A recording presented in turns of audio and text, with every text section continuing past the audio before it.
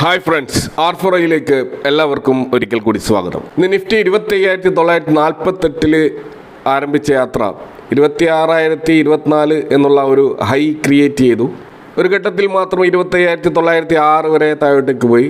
എങ്കിലും ആ 25,900 മുകളിൽ സസ്റ്റെയിൻ ചെയ്യാൻ നിഫ്റ്റിക്ക് കഴിഞ്ഞു. ഒടുവിൽ ഫൈനലായിട്ട് 26,000 എന്നുള്ള ഒരു പ്രധാനപ്പെട്ട ലെവൽ ക്രോസ് ചെയ്തുകൊണ്ട് 26,013 നിഫ്റ്റി ക്ലോസ് ചെയ്തിരിക്കുന്നത്. അപ്പോൾ ഈ ഒരു വർഷം പിറന്നതിന് ശേഷം, അതായത് 2025 ഒരു പ്രാവശ്യം മാത്രമാണ് നിഫ്റ്റി 26,000 ക്രോസ് ചെയ്തത്. അത് കഴിഞ്ഞ മാസം 29-ാം തീയതിയായിരുന്നു. അന്ന് 26,053 എന്ന ലെവലിൽ നിഫ്റ്റി ക്ലോസ് ചെയ്തിരുന്നു. അതിനുശേഷമാണ് ഇപ്പോൾ രണ്ടാമത് പ്രാവശ്യം നമ്മൾ ഈ രീതിയിൽ കാണുന്നത്. അപ്പോൾ ഈ ഒരു ലെവലിൽ നിഫ്റ്റി സസ്റ്റെയിൻ ചെയ്യുക എന്നുള്ളതാണ് പ്രധാനം. എങ്കിൽ മാത്രമേ ഒരു ഫർദർ മൂവ് നമുക്ക് പ്രതീക്ഷിക്കാൻ കഴിയുള്ളൂ. ഇന്ന് മാർക്കറ്റിലെ അഡ്വാൻസ് ഡിക്ലൈൻ റേഷ്യോ നോക്കിക്കഴിഞ്ഞാൽ NSEയിൽ 1,651 സ്റ്റോക്കുകൾ അഡ്വാൻസ് ചെയ്തപ്പോൾ 1,520 സ്റ്റോക്കുകളാണ് ഡിക്ലൈൻ ചെയ്തത്. നിഫ്റ്റിയിലെ എല്ലാ മാർക്കറ്റ് ക്യാപ് സെഗ്മെൻറ്റിലും, mid cap, small cap, micro cap എന്ന വ്യത്യാസമില്ലാതെ എല്ലാ സെഗ്മെൻറ്റിലും നല്ല ബൈങ് ഉണ്ടായിരുന്നു. അതുപോലെ എല്ലാ സെക്ടറുകളിലും നല്ല ഒരു ബൈങ് ഇന്ന് പ്രകടമായിരുന്നു. അപ്പോൾ നാളെ നിഫ്റ്റിയുടെ വീക്കിലി എക്സ്പയറിയാണ്. അതുമായി ബന്ധപ്പെട്ടിട്ടുള്ള ചില മൂവ് നമുക്ക് ഇതിൻ്റെ കൂടെ ടെക്നിക്കലായിട്ട് പ്രതീക്ഷിക്കേണ്ടി വരും.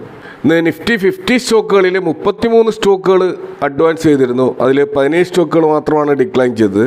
അപ്പോൾ ആ ഇൻഡെക്സിലാണ് കാര്യമായ ബൈങ് നടന്നത് എന്ന് ഇതിൽ നിന്ന് നമുക്ക് മനസ്സിലാക്കാം. കാരണം ഓവറോൾ മാർക്കറ്റിൻ്റെ അഡ്വാൻസ് ഡിക്ലൈൻ റേഷ്യോ ആയിട്ട് കമ്പയർ ചെയ്യുമ്പോൾ നിഫ്റ്റി 50-യിലുള്ള അഡ്വാൻസ് കൂടുതലായിട്ട് വന്നതായിട്ട് കാണാം. നിഫ്റ്റി 50-യിൽ ഇന്ന് നല്ല മൂവ് നടത്തിയത് സൊമാറ്റോയുടെ പാരൻറ്റ് സ്റ്റോക്കായിട്ടുള്ള എറ്റേണലാണ് ഇന്ന് ടോപ്പ് ഗെയിനറായിട്ട് നമ്മൾ കാണുന്നത്. അതേപോലെ ടോപ്പ് ലൂസർ ടാറ്റ മോട്ടോഴ്സിൻ്റെ പാസഞ്ചർ വെഹിക്കിൾ സ്റ്റോക്കാണ്. നിഫ്റ്റി 500 നമ്മൾ എടുക്കുകയാണെങ്കിൽ അവിടെ ധാരാളം സ്റ്റോക്കുകൾ ഇന്ന് 5% കൂടുതൽ ഒരു മൂവ് നടത്തിയതായിട്ട് കാണാം. അതിൽ നാരായണ ഹൃദയാലയ 15% ഒരു അപ്സൈഡ് ക്ലോസ് ചെയ്യുകയുണ്ടായി. അതുപോലെ മഹാരാഷ്ട്ര സ്കൂട്ടേഴ്സ്, MRPL, ഹഡ്കോ, Jubilant Ingrevia, India cements, Siemens energy പോലെയുള്ള സ്റ്റോക്കുകൾ 5% കൂടുതലൊരു റാലി നടന്നിരുന്നു. അതുപോലെ കഴിഞ്ഞ ദിവസങ്ങളിൽ വലിയ ക്രാഷ് സംഭവിച്ച ട്രാൻസ്ഫോമേഴ്സ് ആൻഡ് റെക്ടിഫയേഴ്സ് സ്റ്റോക്ക് ടാരിൽ അത് ഇന്ന് ഒരു 4% ഒരു റിക്കവറി നടത്തിയതായിട്ട് നമുക്ക് കാണാൻ കഴിയും. അപ്പോൾ മാർക്കറ്റിൽ ഇത്തരത്തിലുള്ള ഒരു പോസിറ്റീവ് സെൻറ്റിമെൻറ്റ്സ് ഉണ്ടാവാനുള്ള ഒരു പ്രധാനപ്പെട്ട കാരണം സ്റ്റേബിൾ ആയിട്ടുള്ള ഒരു പൊളിറ്റിക്കൽ എൻവയറമെൻറ്റ് രൂപപ്പെടുന്നുണ്ട് എന്നുള്ള ഒരു സ്പെക്കുലേഷനാണ്. അതായത് ബീഹാർ ഇലക്ഷൻ സൃഷ്ടിച്ചിട്ടുള്ള ആ ഒരു ഓപ്റ്റിമിസം അത് മാർക്കറ്റിൽ പോസിറ്റീവായി നിൽക്കുന്നുണ്ട്. കൂടാതെ Q2 ഏർണിങ്സ് ഔട്ട്ലുക്കും മെച്ചപ്പെട്ട രീതിയിൽ വന്നതായിട്ടും കാണാം. അപ്പോൾ അതുകൊണ്ട് തന്നെ ഫ്യൂച്ചർ ഏർണിങ്സ് ഇനിയും വർദ്ധിക്കുമെന്നുള്ള പ്രതീക്ഷയും അങ്ങനെ മൊത്തത്തിൽ മാർക്കറ്റിൽ ആ രീതിയിലുള്ള ഒരു ബുള്ളിഷ്നെസ് തീർച്ചയായിട്ടും നിലവിലുണ്ട്. അപ്പോൾ തീർച്ചയായിട്ടും നാളെ എക്സ്പയർ ചെയ്തുകൊണ്ട് തന്നെ open interest future and options മാർക്കറ്റിൽ നമ്മൾ കാണുന്നത് ഹയസ്റ്റ് കോൾ സൈഡിലുള്ള ഓപ്പൺ ഇൻട്രസ്റ്റ് 26,000 എന്ന ലെവലിൽ തന്നെ തുടരുകയാണ്. കൂടാതെ അതിനെ ഫോളോ ചെയ്യുന്ന 26,200 അതുപോലെ 26,100 എന്നീ ലെവലുകളും ഹയസ്റ്റ് കോൾ ഓപ്പൺ ഇൻട്രസ്റ്റ് നമുക്ക് കാണാൻ പറ്റും. പുട്ട് സൈഡിലേക്ക് വരികയാണെങ്കിൽ 25,900 ഹയസ്റ്റ് പുട്ട് ഓപ്പൺ ഇൻട്രസ്റ്റ്. അതുപോലെ തന്നെ 25,800 നല്ല തോതിലുള്ള പുട്ട് ഓപ്പൺ ഇൻട്രസ്റ്റ് നമുക്ക് കാണാം. അപ്പോൾ നാളത്തെ നിഫ്റ്റി എക്സ്പയറി ആയതുകൊണ്ട് തന്നെ തീർച്ചയായിട്ടും ഈ ലെവലുകൾ നമ്മൾ തീർച്ചയായിട്ടും വാച്ച് ചെയ്യേണ്ട ഒരു ലെവലുകളായിരിക്കും. ഇപ്പോൾ മാർക്കറ്റിലെ Q2 റിസൾട്ട് സീസൺ ഏകദേശം അവസാനിക്കുകയാണ്. കോർപ്പറേറ്റ് ഏർണിങ്സ് മാർക്കറ്റിൻ്റെ പ്രതീക്ഷക്കൊത്ത് ഉയർന്നോ എന്ന് പരിശോധിക്കുമ്പോൾ നെറ്റ് പ്രോഫിറ്റിൻ്റെ കാര്യത്തിലും റവന്യൂ ഗ്രോത്തിൻ്റെ കാര്യത്തിലും വലിയ അന്തരം ഓവറോൾ പ്രകടമാണ്. അതായത് കമ്പനികളുടെ മാർജിൻ ഇമ്പ്രൂവ് ആയിട്ടുണ്ട്. എന്നാൽ കൺസ്യൂമർ ഡിമാൻഡിൽ വലിയ വർധനവ് ഇനിയും വന്നിട്ടില്ല എന്നാണ് ഓവറോൾ റിസൾട്ടുകൾ നൽകുന്ന ഒരു സൂചന. ഇപ്പോൾ വിവിധ സെക്ടറുകളിൽ ഏകദേശം 28,057 കമ്പനികളുടെ ലാർജ് സാമ്പിൾ അനലൈസ് ചെയ്ത് പുറത്തു വന്ന റിപ്പോർട്ടുകൾ പ്രകാരം overall average net profit growth നമ്മൾ കാണുന്നത് 15.2%. അപ്പോൾ ഇതെന്തായാലും എബോവ് എക്സ്പെക്റ്റേഷനെ ബീറ്റ് ചെയ്ത ഒരു നെറ്റ് പ്രോഫിറ്റ് ഗ്രോത്താണ്. അപ്പോൾ ഇത് കഴിഞ്ഞ 6 ക്വാർട്ടറിലെ ഒരു ഹയസ്റ്റ് ഫിഗർ ആയിട്ട് നമുക്ക് കാണാം. അതിൽ നിന്ന് നമുക്ക് വായിച്ചെടുക്കാൻ കഴിയുന്നത് കമ്പനികളുടെ ഓപ്പറേറ്റിംഗ് എഫിഷ്യൻസി വർദ്ധിച്ചിട്ടുണ്ട്. അതുപോലെ ഇൻഫ്ലേഷൻ കുറഞ്ഞത് കാരണം റോ മെറ്റീരിയൽ പ്രൈസസിൽ വലിയൊരു ഡിക്ലൈൻ ഉണ്ടായിട്ടുണ്ട്. പ്രത്യേകിച്ച് ക്രൂഡ് ഓയിൽ, മെറ്റൽ പോലെയുള്ള റോ മെറ്റീരിയൽ മേഖലയിൽ വമ്പിച്ച ഇടിവുണ്ടായിട്ടുണ്ട്. അപ്പോൾ കഴിഞ്ഞ വർഷത്തെ ആ ഒരു റോ മെറ്റീരിയൽ കോസ്റ്റുമായിട്ട് കമ്പയർ ചെയ്യുമ്പോൾ ഇത് വളരെ പ്രകടമായിട്ട് കാണാം. അപ്പോൾ തീർച്ചയായിട്ടും ഇത് കമ്പനികളുടെ കോസ്റ്റ് ഓഫ് പ്രൊഡക്ഷൻ വലിയ തോതിൽ കുറച്ചിട്ടുണ്ട്. അതാണ് മാർജിൻ ഇമ്പ്രൂവ് ആവാനുള്ള ഒരു പ്രധാന കാരണം. എന്നാൽ അതേ ഒരു ഇമ്പ്രൂവ്മെൻറ്റ് നമുക്ക് റവന്യൂ ഗ്രോത്തിൽ കാണാൻ കഴിയുന്നില്ല. കാരണം ഓവറോൾ റവന്യൂ ഗ്രോത്ത് രേഖപ്പെടുത്തിയുള്ളത് 8.6% മാത്രമാണ്. എന്നാൽ അത് കഴിഞ്ഞ ക്വാർട്ടറിനേക്കാൾ ഇമ്പ്രൂവ് ആയിട്ടുണ്ടെങ്കിലും ഇപ്പോഴും സിംഗിൾ ഡിജിറ്റിലാണ് നിൽക്കുന്നത്.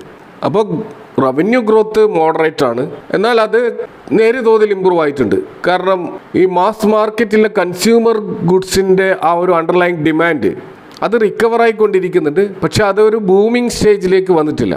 ഇപ്പോൾ നമ്മൾ സെക്ടർ സ്പെസിഫിക് ആയിട്ട് നോക്കുമ്പോൾ പ്രത്യേകിച്ച് ഇപ്പോൾ IT സെക്ടറിൽ പൊതുവേ റവന്യൂവിൻ്റെ കാര്യത്തിൽ വലിയ കോൺട്രിബ്യൂട്ട് ചെയ്യുന്ന ഈ ഒരു സെക്ടറിൽ ഗ്ലോബൽ മാക്രോ എക്കണോമിക് ചാലഞ്ചസ് കാരണം അവിടെ ഒരു സ്ലോ ഗ്രോത്ത് പ്രകടമാണ്. അപ്പോൾ അതാണ് റവന്യൂ ഗ്രോത്തിനെ ഇടിവ് വരാനുള്ള ഒരു പ്രധാന കാരണം. ഇതേപോലെ തന്നെ റൂറൽ ഡിമാൻഡ് അവിടെ പല FMCG കമ്പനികളും റിക്കവറിയുടെ ഒരു ഇനീഷ്യൽ സൈൻസ് ഒക്കെ കാണിക്കുന്നുണ്ടെങ്കിലും അത് ഫുള്ളി ബൗൺസ്ഡ് ബാക്ക് ആയിട്ട് നമുക്ക് കാണാൻ കഴിയുന്നില്ല. അതൊക്കെ റവന്യൂ ഗ്രോത്തിനെ തടയിട്ടിട്ടുണ്ട് എന്ന് വേണം നമ്മൾ മനസ്സിലാക്കാൻ. പ്രധാനപ്പെട്ട ചില സെക്ടറുകൾ ഇമ്പ്രൂവ് ആയിട്ടുള്ളത് ഓയിൽ ആൻഡ് ഗ്യാസ് സെക്ടറാണ്. അവിടെ പ്രത്യേകിച്ച് ക്രൂഡ് ഓയിലിൻ്റെ വില കുറഞ്ഞത് കൊണ്ട് തന്നെ റിഫൈനിങ് മാർജിൻസ് നല്ല തോതിൽ ഉയരുകയും അത് അവരുടെ പ്രോഫിറ്റബിലിറ്റി വർദ്ധിപ്പിക്കുകയും അത്തരത്തിൽ പല ഓയിൽ ആൻഡ് ഗ്യാസ് സെഗ്മെൻറ്റ് ഇപ്പോൾ HPCL BPCL പോലെയുള്ള പല കമ്പനികളുടെയും ഗ്രോത്തിന് അത് കോൺട്രിബ്യൂട്ട് ചെയ്യുകയും ചെയ്തിട്ടുണ്ട്. അതേപോലെ തന്നെ പാസഞ്ചർ വെഹിക്കിൾ സെഗ്മെൻറ്റിലും നല്ല ഡിമാൻഡ് വർദ്ധിച്ചത് കാരണം ഓട്ടോമൊബൈൽ സെക്ടറിലും നല്ലൊരു ഗ്രോത്ത് ഉണ്ടായിട്ടുണ്ട്. അതേപോലെ തന്നെ ക്യാപിറ്റൽ ഗുഡ്സ്, സിമെൻറ്റ് പോലെയുള്ള ഇത്തരം ഇൻഫ്രാസ്ട്രക്ചർ അതുപോലെ കൺസ്ട്രക്ഷൻ ആക്ടിവിറ്റി കാരണം സ്ട്രോങ് ഓർഡർ ബുക്ക് ലഭിച്ചിട്ടുള്ള പല സെക്ടറുകളിലും ഒരു മൂവ് ഉണ്ടായിട്ടുണ്ട്. അതുപോലെ തന്നെ ഹെൽത്തി ലോൺ ഗ്രോത്ത് കാരണം ബാങ്കിങ് സെഗ്മെൻറ്റിലും നല്ലൊരു ഗ്രോത്ത് പ്രകടമാണ്. അപ്പോൾ ഓവറോൾ നോക്കുമ്പോൾ റിസൾട്ട് മെച്ചപ്പെട്ടതാണ്. റവന്യൂ ഗ്രോത്തിൽ ഒരു ഡബിൾ ഡിജിറ്റ് ഗ്രോത്ത് വന്നിട്ടില്ലെങ്കിലും അത് ഇമ്പ്രൂവ് ആയിട്ടുണ്ട് എന്ന് വ്യക്തമാണ്. അതുപോലെ പ്രോഫിറ്റ് ഗ്രോത്തിൽ എക്സ്പെക്റ്റേഷനെ ബീറ്റ് ചെയ്ത ഒരു ഗ്രോത്തും പ്രകടമാണ്. അപ്പോൾ ഓവറോൾ നോക്കുമ്പോൾ കോർപ്പറേറ്റ് ഏർണിങ്സ് മെച്ചപ്പെട്ടതാണ്. അത് അടുത്ത ക്വാർട്ടറിലായിരിക്കും ചിലപ്പോൾ കുറച്ചുകൂടി വിസിബിൾ ആയിട്ടുള്ള ഒരു ഗ്രോത്ത് നമുക്ക് കാണാൻ കഴിയുക. ഇത് നമ്മൾ ഇന്ത്യൻ മാർക്കറ്റിൽ റീറ്റെയിൽ ഇൻവെസ്റ്റേഴ്സിൻ്റെ പ്രകടനം കഴിഞ്ഞ ക്വാർട്ടറിൽ വിലയിരുത്തിയാൽ മാർക്കറ്റ് ഹൈലി വളറ്റൈലായിട്ട് പോലും റീറ്റെയിൽ ഇൻഡിവിജ്വൽ ഇൻവെസ്റ്റേഴ്സ് അവരുടെ ഹോൾഡിങ് പല ബീറ്റൺ ഡൗൺ സ്റ്റോക്കുകളിൽ പ്രത്യേകിച്ച് വലിയ ക്രാഷ് ഉണ്ടായ സ്റ്റോക്കുകളിൽ അവർ ഇൻവെസ്റ്റ് ചെയ്തുകൊണ്ട് അത്തരത്തിലുള്ള ഹെവി വെയ്റ്റ് സ്റ്റോക്കുകളെ ഉയർത്തിയതായിട്ട് കാണാം. അപ്പോൾ മൊത്തത്തിൽ റീറ്റെയിൽ ഇൻവെസ്റ്റേഴ്സിൻ്റെ ഒരു ഇൻഫ്ലുവൻസ് മാർക്കറ്റിൽ വലിയ തോതിൽ വർദ്ധിച്ചു വരുന്നതായിട്ട് നമുക്ക് കാണാൻ കഴിയും. അവിടെ 10ഓളം കമ്പനികൾ അവിടെ ഏകദേശം 18,000 കോടിയുടെ ഒരു ഇൻവെസ്റ്റ്മെൻറ്റ് ഈ സെപ്റ്റംബർ ക്വാർട്ടറിൽ റീറ്റെയിൽ ഇൻവെസ്റ്റേഴ്സ് നടത്തിയതായിട്ട് കാണാം. പത്രത്തിലുള്ള സ്റ്റോക്കുകൾ നമ്മൾ നോക്കുകയാണെങ്കിൽ ഏറ്റവും ബിഗ്ഗസ്റ്റ് ആയിട്ടുള്ള ഒരു റീറ്റെയിൽ ഇൻവെസ്റ്റേഴ്സ് പാർട്ടിസിപ്പേഷൻ കണ്ടിട്ടുള്ളത് BSE ലിമിറ്റഡ് എന്ന സ്റ്റോക്കിലാണ്. 6,089 കോടിയുടെ ഒരു ഇൻഡിവിജ്വൽ ഷെയർ ഹോൾഡേഴ്സ് ഇൻവെസ്റ്റ്മെൻ്റ് ആണ് അതിൽ വന്നിട്ടുള്ളത്. അപ്പോൾ അത് 2.58 കോടിയുടെ ഷെയറുകളാണ് അവിടെ പുതുതായിട്ട് ആഡ് ചെയ്യപ്പെട്ടതെന്നാണ് പ്രൈം ഡാറ്റാബേസ് പ്രകാരം പറയുന്നത്. അപ്പോൾ BSEയിൽ ഏകദേശം 26% ഫോൾ ഉണ്ടായിട്ട് പോലും അവിടെ റീറ്റെയിൽ ഇൻവെസ്റ്റേഴ്സ് ആ ഒരു ഫോള് ഒരു അവസരമായി കൊണ്ടുകൊണ്ട് അവിടെ ഒരു ബൈങ് നടത്തിയതായിട്ടാണ് നമുക്ക് മനസ്സിലാക്കാൻ കഴിയുന്നത്. ഇതേപോലെ മറ്റൊരു സ്റ്റോക്ക് ഈ രീതിയിൽ തകർച്ചയിൽ നിന്നും റീറ്റെയിൽ ഇൻവെസ്റ്റേഴ്സ് ഇൻവെസ്റ്റ് ചെയ്തിട്ടുള്ളത് ടാറ്റ കൺസൾട്ടൻസി സർവീസിലാണ്. അവിടെ 4,531 കോടിയുടെ ഒരു റീറ്റെയിൽ പാർട്ടിസിപ്പേഷനാണ് കഴിഞ്ഞ ക്വാർട്ടറിൽ കാണുന്നത്. അതുപോലെ ട്രെൻഡ് ലിമിറ്റഡ്, ടാറ്റയുടെ മറ്റൊരു പ്രധാനപ്പെട്ട അവരുടെ ഗ്രൂപ്പ് സ്റ്റോക്കായിട്ടുള്ള ട്രെൻഡ് ലിമിറ്റഡ്, അത് 1,752 കോടിയുടെ ഒരു റീറ്റെയിൽ ബൈങ് അതിലും ഉണ്ടായിട്ടുണ്ട്. ഇതുപോലെ ഓല ഇലക്ട്രിക് മൊബിലിറ്റി അവിടെ 793 കോടിയുടെ ഒരു റീറ്റെയിൽ ഇൻഫ്ലോ ഉണ്ടായതായിട്ട് കാണാം. ഇതുപോലെ തന്നെ KPR mills, Suzlon energy, Shriram finance, Angel One പോലെയുള്ള സ്റ്റോക്കുകളിലും റീറ്റെയിൽ പാർട്ടിസിപ്പേഷൻ ആ സ്റ്റോക്കുകളിൽ തകർച്ച ഉണ്ടായിട്ട് പോലും നല്ല തോതിൽ ബൈങ് നടന്നതായിട്ട് കാണാം.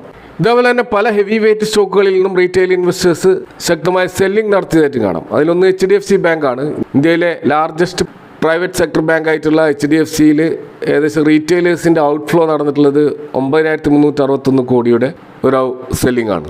ഇതേപോലെ റീറ്റെയിലേഴ്സ് വലിയ തോതിൽ എക്സിറ്റ് ആയിട്ടുള്ള ഒരു സ്റ്റോക്ക് അദാനി പവറാണ്. അവിടെ 2,229 കോടിയുടെ ഒരു ഔട്ട്ഫ്ലോ നമുക്ക് അദാനി പവറിലും കാണാം. അതേപോലെ തന്നെ സ്റ്റേറ്റ് ബാങ്ക് ഓഫ് ഇന്ത്യയിൽ നിന്ന് 1,787 കോടിയുടെ ഒരു ഔട്ട്ഫ്ലോ റീറ്റെയിലേഴ്സ് നടത്തിയായിട്ട് കാണാം. ഇതുകൂടാതെ നോട്ട് ചെയ്യപ്പെടുന്ന പല എക്സിറ്റുകൾ നമ്മൾ കാണും. ഒന്ന് ടാറ്റ സ്റ്റീൽ, അതുപോലെ നെസ്ലെ ഇന്ത്യ, ഹിന്ദുസ്ഥാൻ യൂണിലീവർ, ഈ സ്റ്റോക്കുകളിൽ നിന്നൊക്കെ റീറ്റെയിലേഴ്സ് വലിയ തോതിൽ അവരുടെ സ്റ്റേക്ക് കുറച്ചിട്ടുണ്ട്. അവിടെ ശക്തമായ പ്രോഫിറ്റ് ബുക്കിംഗ് ഇവർ ഈ സ്റ്റോക്കുകളിൽ നടത്തിയതായിട്ട് നമുക്ക് മനസ്സിലാക്കാം. അപ്പോൾ ഇത്തരത്തിലുള്ള സൈക്ലിക്കൽ അതുപോലെ ഡിഫെൻസീവ് സ്റ്റോക്കുകൾ ഒരിക്കലും റീറ്റെയിലേഴ്സ് അട്രാക്റ്റീവ് ആവുകയില്ല എന്നതിൻ്റെ ഒരു സൂചനയാണത്.